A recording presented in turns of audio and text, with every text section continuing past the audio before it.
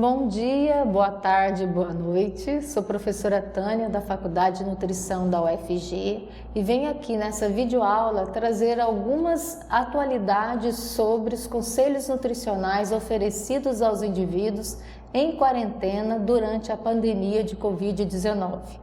É claro que nós estamos falando de indivíduos saudáveis. Vou trazer para vocês uma referência, um artigo, alguns aspectos principais desse artigo publicado na Nutrition Reviews em julho do ano passado. Nessa revista, no final dessa aula, dessa videoaula, vai ter a referência direitinho com o DOI da revista, que é a identidade onde a gente pode abrir esse artigo, que ele é de livre acesso, Então, ele está disponível online e ele faz uma revisão narrativa sobre as diretrizes nutricionais para apoiar o aconselhamento dietético fornecido por nutricionistas e profissionais de saúde, Essa revisão narrativa significa que não é uma revisão crítica, não é uma revisão sistemática, então é narrativa no sentido que ela pegou tudo que estava publicado até o momento sobre essas orientações nutricionais e fez uma ponderação sobre isso, fez uma discussão sobre esses resultados, Então foram estudados 8 recomendações dietéticas de sociedades, associações de nutrição, 6 de governos nacionais, incluindo da Austrália, Brasil, Canadá, Itália, Espanha e Estados Unidos, e 5 diretrizes de organizações de saúde, da FAO, OMS, da United Nations Children Fund, Center for Disease Control and Prevention e European Food Information Council, ou seja, diretrizes e organizações de saúde mundial, europeia e americana. Então, em todos esses documentos, a afirmativa que a gente pode dizer com certeza é que não existe alimento ou nutriente que evite ou trate a Covid-19. O que a gente tem são alimentos que ajudam no sistema imunológico dos indivíduos, e é isso que eu vou tratar aqui, Quase 70% dos documentos estudados incentivaram o consumo de frutas, vegetais e grãos inteiros. O incentivo seria o consumo de pelo menos 5 porções ao dia de frutas, verduras ricas em vitaminas A, C, D, E, complexo B, e os minerais zinco e selênio, que são importantes moduladores do sistema imune, são fontes de água, fibra e antioxidantes, todos com papel no controle da hipertensão, na diabetes e no ganho de peso, que são comorbidades para riscos da Covid. Minerais e vitaminas, Então a gente tem que alguns minerais e vitaminas podem melhorar a imunidade através de respostas imunes inatas ou adaptativas do organismo. As vitaminas A, C, D, E, B6, B12, zinco são importantes para a manutenção da integridade estrutural e funcional de barreiras físicas. Por exemplo, pele, revestimento gastrointestinal, trato respiratório e outros, bem como para diferenciação, proliferação, função e migração de células imunes inatas. As vitaminas C e E, juntos com o zinco e selênio, protegem contra danos de radicais livres durante o aumento do estresse oxidativo. As vitaminas A, C, D, E, B6, B12, zinco e selênio apoiam a resposta imune adaptativa, influenciando a diferenciação, proliferação e função normais das células T e B. E esses nutrientes também afetam a produção e a função de anticorpos. Contribuem para a imunidade mediada por células e apoiam o reconhecimento de destruição de patógenos. Por fim, eles têm atividade antimicrobiana e regulam a resposta inflamatória. Quais são, então, as fontes dietéticas desses micronutrientes falados aí? Carne, peixes, ovos, lentilhas, feijão, laticínios em geral, nozes, sementes, frutas cítricas. Exemplo, né? Não são só essas: laranja, limão, toranja, acerola, goiaba, as frutas em geral, como kiwi, morango, e os vegetais: brócolis, couve-flor, abóbora, espinafre, batata doce, cenoura. E quais são aqueles alimentos fontes de vitamina E e zinco? Óleo de girassol, óleo de canola, nozes, abacate, arroz integral, carnes, aveia. O que os artigos dizem? A mesma afirmativa quanto a questão de haver algum nutriente que cure ou realmente previna o Covid, né? Não existe suplementação fundamentada até agora, né, de nenhum nutriente. Entretanto, naqueles indivíduos que têm deficiência de alguns desses nutrientes que a gente falou ser importante, a suplementação é importante. Então, é importante verificar o estado nutricional do indivíduo para poder realizar essa suplementação, né? Então, aqui a gente tem uma figura publicada naquele artigo, né, que uma dieta saudável, né, ricas em frutas e verduras, ela é um promotor, né, negativo para os fatores de riscos das complicações da Covid, como, por exemplo, hipertensão, diabetes, obesidade, perda de massa muscular, e também nas questões imunes, né, na melhoria do sistema imune. Então, é uma atuação indireta em relação à Covid, né? E aí, aqueles grupos, né, que têm risco de deficiência, aí sim a suplementação de zinco, suplementação de vitamina C e vitamina D são importantes, e mais selênio, né? E, além disso, uma boa higiene, boas práticas de higiene, né, que devem ocorrer nas frutas, no preparo das frutas, no recebimento das frutas do supermercado, ao chegar do supermercado, né? Antes de serem colocadas para ser guardados, todos devem ser higienizados da forma correta. Aquele que é só a embalagem, que você não vai consumir a embalagem, você só lava a embalagem para guardar. E aqueles alimentos que você vai consumir com casca, como é o caso de muitas frutas, deve colocar então em solução de hipoclorito de sódio por até 15 minutos, enxaguar, secar para depois colocar na geladeira. Já faz isso quando chega do supermercado, porque aí assim, a praticidade é muito mais interessante, né? E alguns mitos, né? A questão da suplementação, quanto mais é melhor. Megadoses de vitaminas e minerais podem induzir toxicidade e efeitos adversos ou interagir com medicamentos, né? Levando a um aumento ou redução dos efeitos farmacológicos do medicamento. Então, é muito importante não ter essa suplementação em megadoses, né? E a suplementação ser realizada em cima da deficiência.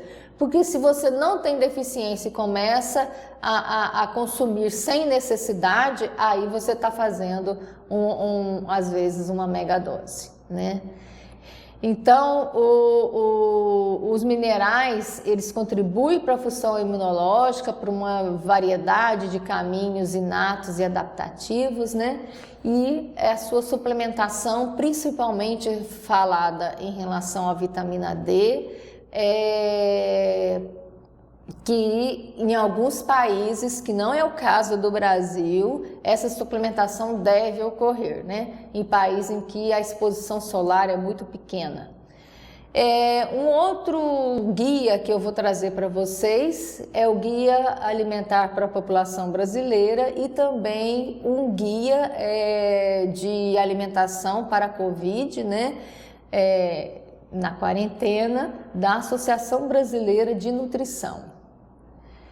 Esse aqui, Guia para Alimentação Saudável em Tempos de Covid, da ASBRAM, Associação Brasileira de Nutrição. Nesse guia da ASBRAM, diz que a gente tem que planejar, né? Então, assim, se a gente tá ficando em casa, é melhor mesmo todo mundo tentar aprender a cozinhar, todo mundo ir para a cozinha, para o quanto mais se evitar o contato externo, que seja com iFood, que seja com o restaurante aquilo, é muito melhor. Então, assim, planejar as refeições, fazendo no mínimo 3 refeições, né? Considerando o equilíbrio de nutrientes, considerando a alimentação de toda a família. Então, assim, no parágrafo embaixo está dizendo que trabalhar em casa pode não significar que há mais tempo para cozinhar, especialmente se você agora é responsável por ensinar seus filhos ou executar suas atividades profissionais remotamente. Então, tem que ser um planejamento familiar dessa execução das refeições, de todas as refeições da família, né? E aí ele dá 5 dicas, né, de A a D, que eu vou falar especificamente de uma a uma, né? Faça dos alimentos in natura ou minimamente processados a base da sua alimentação, né? Então são aqueles alimentos que quase não teve processamento, minimamente processado, foi só cortado, lavado. Essa tem que ser a base da alimentação, né? Então a gente vai depender muito dos hortifrutis, das feiras, né? Planejar o uso do tempo para dar à alimentação o espaço que ela merece. Então, se está em home office, tendo que se organizar, não tem rotina, coloca uma rotina para os horários das refeições, né? Utilizar óleos, gorduras, sal e açúcares em pequenas quantidades no preparo das refeições. Utilizar, aqui tem alguns exemplos, né, do que a gente tem que fazer em pequenas quantidades. Ser crítico quanto às mensagens e dados sobre alimentação em propagandas, né? Então, muitas vezes o que a gente tem uma exaltação da qualidade de produto processado e não existe a exaltação da qualidade de produtos não processados, de produtos in natura, né? Então a gente tem que estar bem atento a isso daí. Limite o consumo de alimentos processados e evite o consumo de alimentos ultraprocessados. Essa questão de alimento processado, alimento ultraprocessado, existe aí uma controvérsia na ciência brasileira, um grupo que diz que alimentos classificados como ultraprocessados não são, na verdade, como é o caso, por exemplo, do pão de forma, né? Então, tem uma publicação do Itaú que tem muitas páginas contestando essa questão, né? Existe uma forma prática da gente ensinar a população o que é alimento ultraprocessado. É só você olhar o número de aditivos químicos que tem na lista de ingredientes. Então, se tem mais de 3 linhas, é porque é ultraprocessado, né? Mas assim, como o ideal é fazer da base da nossa alimentação in natura, né? Então o ultraprocessado ele deve ser reduzido, né? Apesar de que é o que traz mais conveniência e praticidade. Então, assim, no planejamento, planeje aquele dia que você, ao usar esses alimentos ultraprocessados, que já vem congelado, é só desembalar, mas alimentos que tenham valor nutritivo e naquele dia que realmente você precisa, né? Então, as escolhas alimentares, ela tá como uma forma de você estar se alimentando melhor, trazendo mais imunidade para a sua família, para você, e aí você ficando mais resistente e com menos comorbidades que pioram o estado de quem está com Covid, né? Então, aqui tem os alimentos in natura, exemplos de alimentos in natura, né? estão todos à nossa disposição, os minimamente processados devem estar, né? Os processados, eles são pouco, não tem assim aquela lista de ingredientes, né, tão grande. E a gente tem vegetais em conservas, aí a gente tem um monte de conservas, tudo sem rótulo, né? Pães, queijos, em geral, são alimentos processados, né? Essas imagens eu tirei do Guia Alimentar para a População Brasileira, né? Então, isso daí está nos 2 guias muito colocado, né? Muito bem colocado, esses 2 guias. E agora a gente vai ver um pequeno vídeo do Conselho Federal de Nutricionistas sobre o controle do peso e da obesidade. A alimentação é assunto sério. Mais da metade da população brasileira está com excesso de peso, incluindo sobrepeso e obesidade. Uma das causas da obesidade é o elevado consumo de alimentos produzidos com muito açúcar e gorduras, como os refrigerantes e refrescos artificiais, biscoitos recheados, doces, sorvetes e salgadinhos industrializados. Não substituam um alimento saudável por nenhum produto ultraprocessado ou rico em açúcares e gorduras. O nutricionista é o profissional habilitado para orientar uma alimentação saudável e adequada. #Alimentação é assunto sério. CFN, Conselho Federal de Nutricionistas. Tirado do guia, né, o café da manhã, que deve ser sempre realizado, né, a gente sempre come lá o pão com manteiga, o café com leite, né, mas a gente pode aí ter várias combinações, né, porque se a gente tem uma variedade, a gente tem possibilidade de ter mais nutrientes como aqueles importantes para enriquecer o sistema imunológico, né.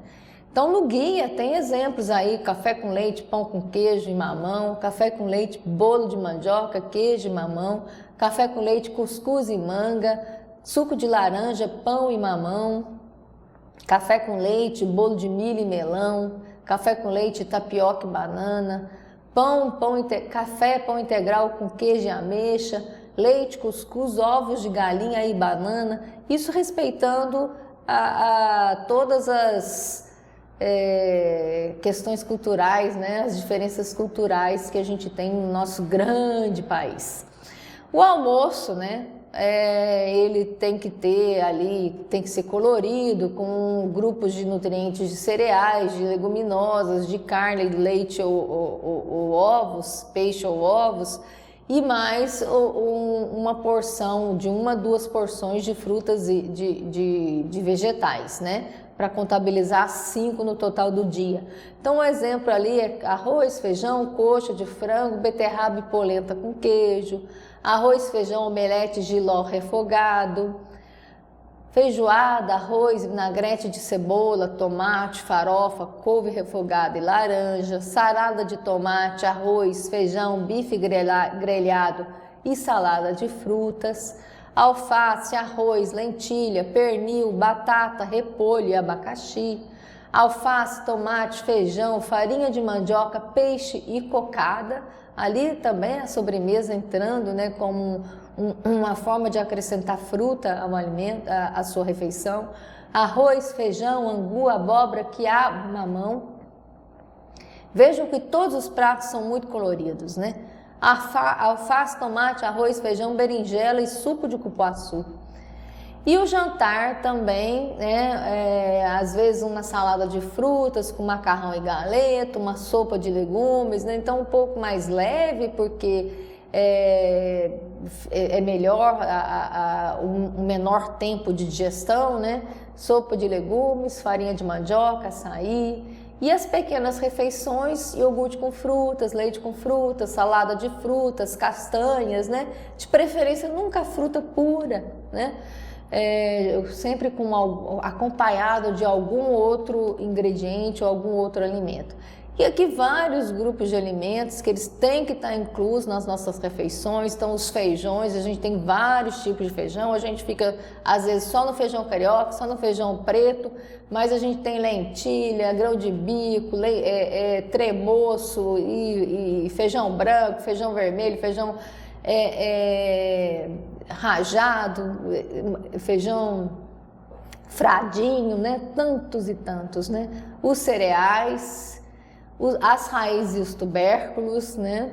Muitas raízes e tubérculos que às vezes a gente nem conhece, araruta, por exemplo, ou outras batatas, mandioca, salsinha, podendo estar presente em várias preparações, como legumes e verduras, como mix de legumes refogados, abóbora refogada com cebola, frutas, né? Salada de folhas com manga, salada de fruta mesmo, e castanhas e nozes, que não pode faltar, porque é muito rico em selênio e zinco, né? E muitas vezes, e como a gente diz, são elementos importantes da nossa dieta, para a nossa imunologia, então não pode ficar de fora, né? Então a gente tem que estar sempre lembrando de consumir isso daí. É um pouco mais caro, mas o amendoim está dentro, então a gente pode comer o amendoim também. A gente tem a castanha de baru, a gente tem a castanha de caju, que muitas vezes a gente pode pegar do próprio caju, do pé que alguém tem, né? E produzir a sua própria castanha de caju, não é tão difícil, né? Leites e queijos, carnes e ovos, né? Então a gente tem aí muitas preparações, omelete com legumes, carne cozida com legumes e água.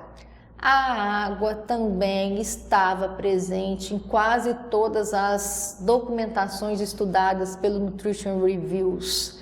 A água é importantíssimo, o consumo da água, tem várias justificativas imunológicas para isso, questão de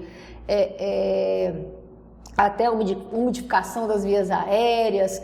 Então, assim, consumo de água é uma coisa que a gente tem que prestar muita atenção. Sempre tivemos, mas principalmente agora. Vamos agora ver um outro vídeo do CFN sobre redução de sódio na dieta. Vídeo de 1 minuto. Alimentação é assunto sério. Você sabia que no Brasil consumimos 2 vezes mais sal do que o recomendado pela Organização Mundial da Saúde? Como consequência, mais de 30 milhões de brasileiros têm hipertensão arterial, também conhecida como pressão alta.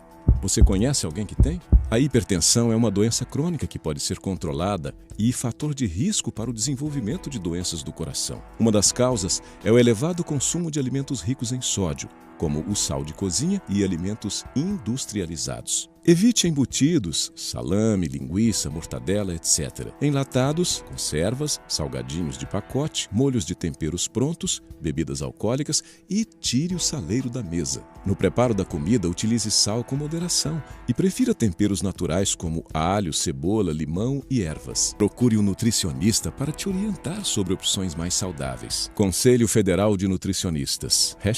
#Alimentação é assunto sério. E aí, finalizando, esse aqui é minha sala de jantar, eu e minha família. Um pedaço dela, né? Outro pedaço não estava aí. E assim, bem simples mesmo, panela na mesa, mas prato colorido. É isso que a gente tem que tentar fazer a nossa parte. Então se cuidem. Agora tem as referências, né? Utilizadas, o guia alimentar, o guia da Asbram e do Nutrition Reviews. Inclusive tem 2 professores da Faculdade de Nutrição que ajudaram a publicar esse artigo, são autores desse artigo, né? Uma pesquisadora que foi nossa ex-aluna, que está lá no Canadá como uma brilhante pesquisadora. Então, todos disponíveis aí. Muito obrigada.